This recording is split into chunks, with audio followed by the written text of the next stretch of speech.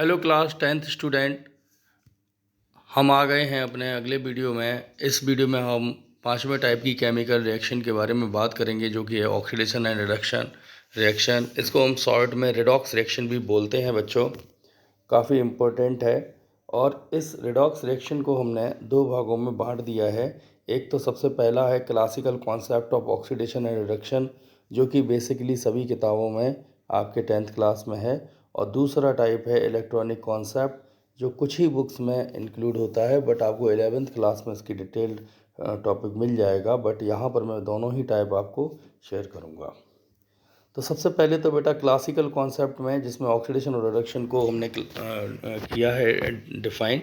तो सबसे पहले oxidation is defined as a process which involve the addition of oxygen और रिमूवल ऑफ हाइड्रोजन। ऐसी रिएक्शन जिसमें ऑक्सीजन का एडिशन हो रहा होता है या हाइड्रोजन का रिमूवल हो रहा होता है, वे हमें रिएक्शन ऑक्सीडेशन रिएक्शन कहलाती हैं। कुछ एग्जांपल्स देख पा रहे होंगे आप लोग। H2+O2 is equal to 2H2। यहाँ पर हाइड्रोजन में ऑक्सीजन का एडिशन हो रहा है, मैग्नीशियम में भी ऑक्सीजन का एडिशन हो रहा है, और कॉपर में ऑक्सीजन का एडिशन हो रहा है। और CO को और CO2 को देखें तो यहाँ पर भी ऑक्सीजन की मात्रा बढ़ रही है, दैट इज ऑक्सीडेशन हो रहा है। In the above reaction, oxygen has been added to hydrogen, magnesium, copper and carbon monoxide respectively, and therefore are called oxidation reaction। ठीक है। एग्जाम्पल ऑफ दूसरा टाइप जो मैंने बताया था कि ऑक्सीजन का एडिशन हो या हाइड्रोजन का रिमूवल हो, तो हाइड्रोजन के रिमूवल में आप देख पाएंगे कुछ एग्जांपल्स, जैसे कि हाइड्रोजन सल्फाइड और ब्रोमीन जब मिल जाता है तो यहाँ से HBr और S बन जाता है। यहाँ पर आप देख पा रहे होंगे क्लियरली। अगर हम रिएक्टेंट के H2S पार्ट को देखें और प्रोडक्ट के S पार्ट को देखें, तो हाइड्रोजन सल्फाइड और सल्फ़र में हमारा रिमूवल ऑफ हाइड्रोजन हो रहा है।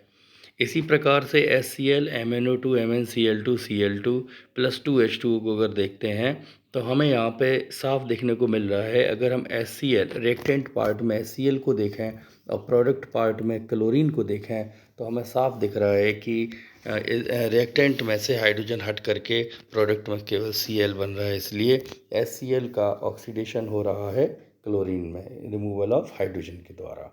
आई होप आप लोगों को समझ में आया होगा। नेक्स्ट पार्ट ऑक्सीडाइजिंग एजेंट, यहाँ पर बहुत इंपॉर्टेंट है, वो देखते हैं। तो सबसे पहले इसको डिफाइन कर लेते हैं कि ऑक्सीडाइजिंग एजेंट क्या होते हैं। ये ऑक्सीडाइजिंग एजेंट एक प्रकार के सबस्टेंस ही हैं जो प्रोवाइड कराते हैं हमें ऑक्सीजन, जो रिएक्शन में हमें ऑक्सीजन प्रोवाइड कराते हैं या हाइड्रोजन को रिमूव करते हैं। ठीक है।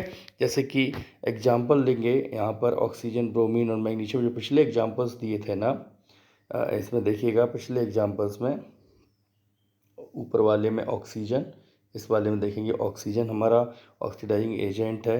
नीचे वाले में अगर Br2 ना होता तो हाइड्रोजन सल्फाइड सल्फ़र में कैसे बदलता, तो यहाँ पर Br2 ही ऐसा है जो हाइड्रोजन को अपने साथ ले जा रहा है या हाइड्रोजन को रिमूव करवा रहा है।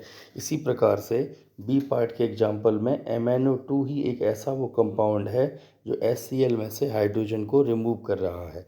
तो मतलब क्या हुआ कि जो बेटा ऑक्सीडेशन रिएक्शन में हेल्पफुल होते हैं, चाहे ऑक्सीजन को प्रोवाइड कराना हो या हाइड्रोजन को रिमूव कराना हो, ऐसे सबस्टेंस हमारे ऑक्सीडाइजिंग एजेंट कहलाते हैं।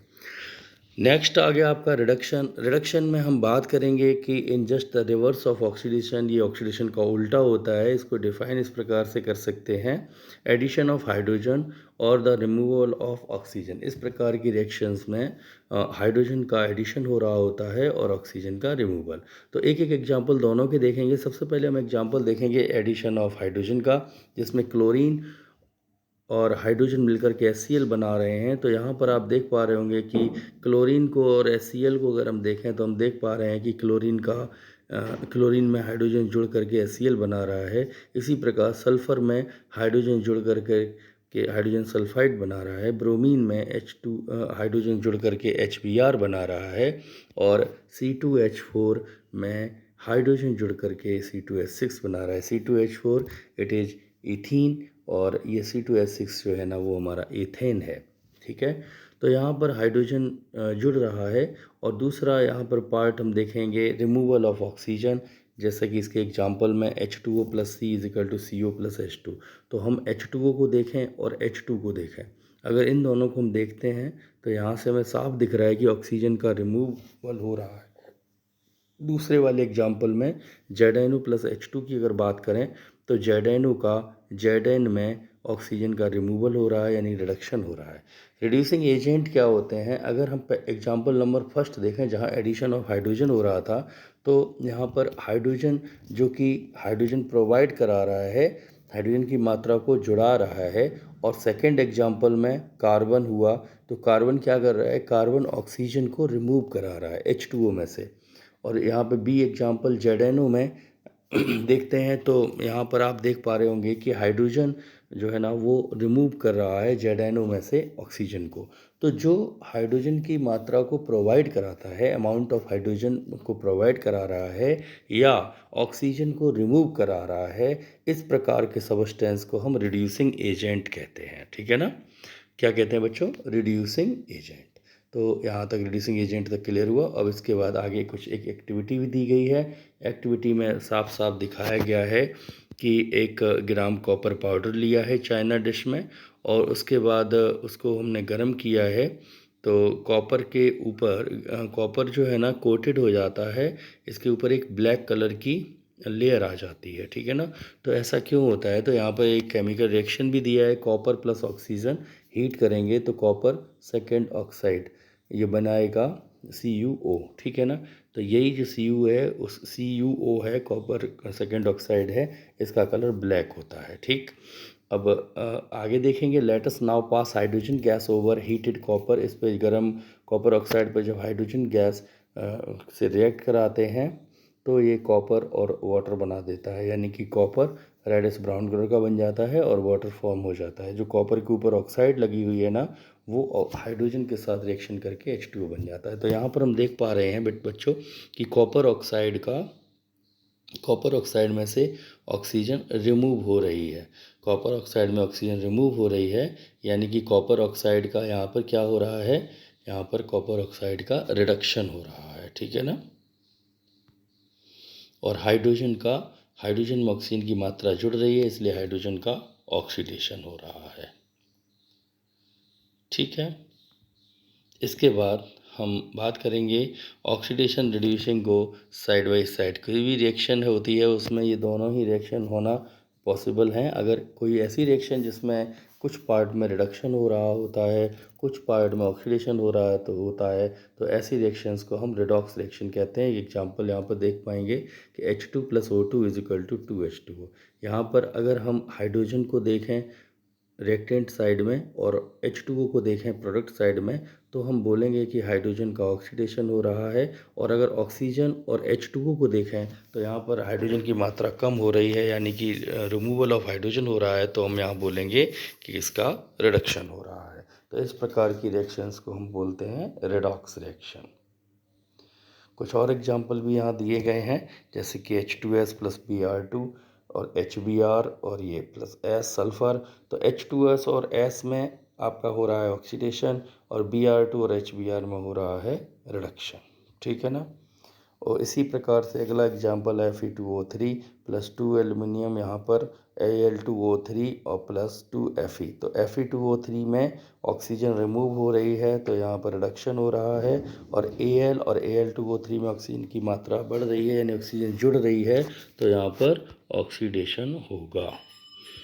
सेकेंड पार्ट है इसका electronic concept of oxidation and reduction. तो यहाँ पर ऑक्सीडेशन को आप थोड़ा शॉर्ट में ही समझ लेते हैं कि जब भी कोई सबस्टेंस में से इलेक्ट्रॉन लूज़ होते हैं, यानी कि अगर कोई भी एटम इलेक्ट्रॉन लूज़ कर रहा होता है, किसी भी रिएक्शन में इलेक्ट्रॉन मुक्त कर रहा होता है, डोनेट कर रहा होता है, तो वहाँ ऑक्सीडेशन होता है। और अगर कहीं पर कोई भी एटम इलेक्ट्रॉन को गेन कर रहा है, जैसे कि कॉपर में दिखाया गया है, तो वहाँ पर रिडक्शन होगा।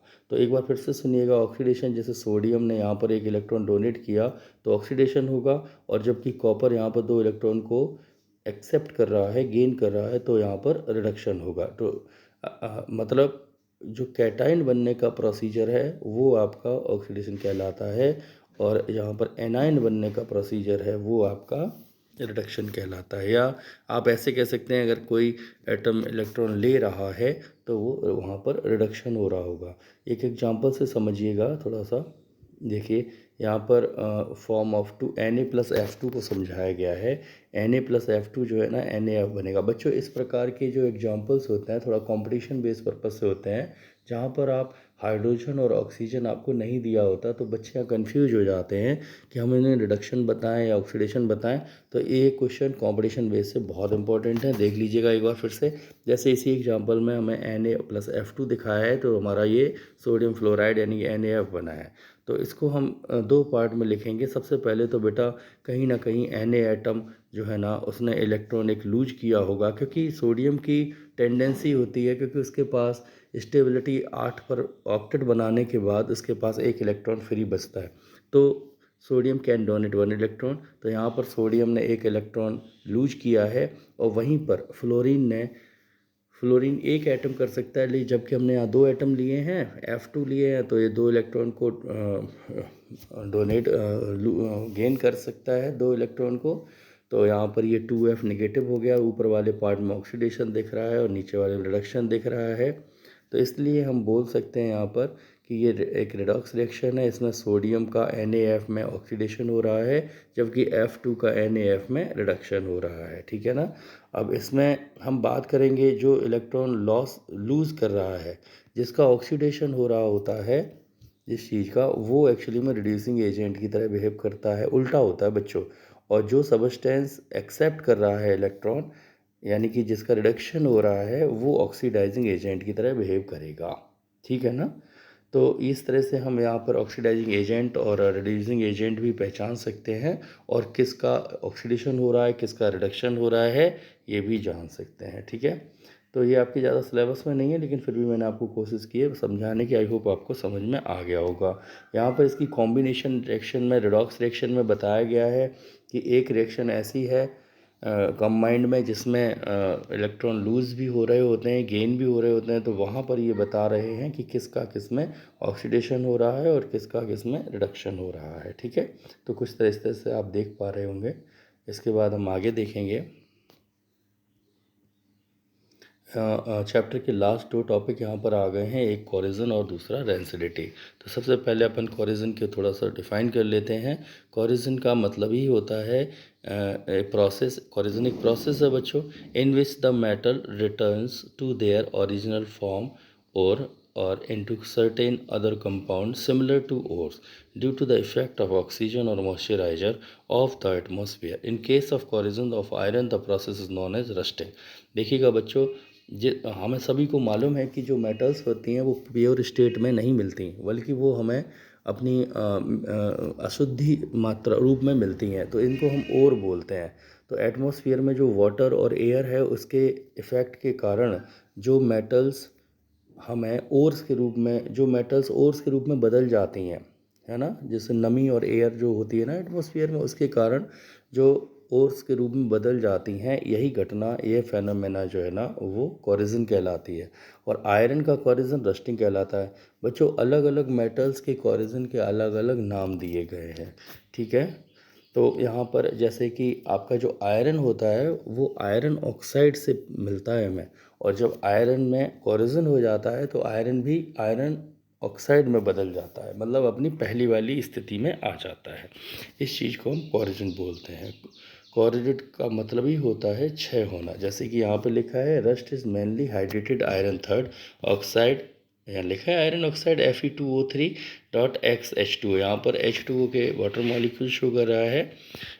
इट बीकन्स, इसका जो ये कमज़ोर होता है आयरन से, और थोड़ा सा इसका सरफेस एरिया जो है ना वो आयरन से ज़्यादा बढ़ जाता है, ठीक है ना, क्योंकि इसमें ऑक्सीजन की मात्रा आ जाती है तो सरफेस एरिया बढ़ जाता है, और इवन इसका वजन भी बढ़ जाता है। तो अगर ये क्वेश्चन आता है कि आयरन में और रस्टेड आयरन में किसका कौन ज़्यादा हैवियर होगा, तो आप रस्टेड आयरन बता देंगे, ठीक है। अच्छा, is there any way to protect the iron article or structures from rusting, ठीक है ना। तो कैसे हम प्रोटेक्ट कर सकते हैं, तो इसके लिए वही है कि इसकी सरफेस पर ऑयल अप्लाई कर दीजिए, वार्निश कर दीजिएगा, है ना, और इसे हवा और मॉइस्चर से बचाइए। वार्निश कर सकते हैं, ऑयलिंग, ये सारी चीज़ें करके हम रस्टिंग से बचा सकते हैं। अगला आ जाता है हमारा रेंसिडिटी। तो रेंसिडिटी में वही है कि जो फूड होता है ना, ऑक्सीजन की प्रेजेंस में उसका ऑक्सीडेशन हो जाता है, और जो होता है ना वो फूड में अनप्लीजेंट स्मेल और उसका टेस्ट भी बदल जाता है, यानी खाना ख़राब हो जाता है, ठीक है ना। फूड जो है ना वो वेस्ट मतलब ख़राब हो जाता है, सड़ जाता है। इसी चीज़ को हम रस्टिंग बोलते हैं। रस्टिंग को बचाने के बहुत सारे उपाय हैं। जैसे कि आप ऐसे मान के चलिए कि अगर हम ऑक्सीजन से प्रिवेंट कर दें उस फूड को, जैसे कि जो एयर पैक्ड फूड आते हैं ना, और जो कुरकुरे या चिप्स के पैकेट्स आते हैं, इनमें बेसिकली एयर की जगह पर नाइट्रोजन गैस भरी होती है, जिससे कि वो ख़राब ना हो, सड़े ना।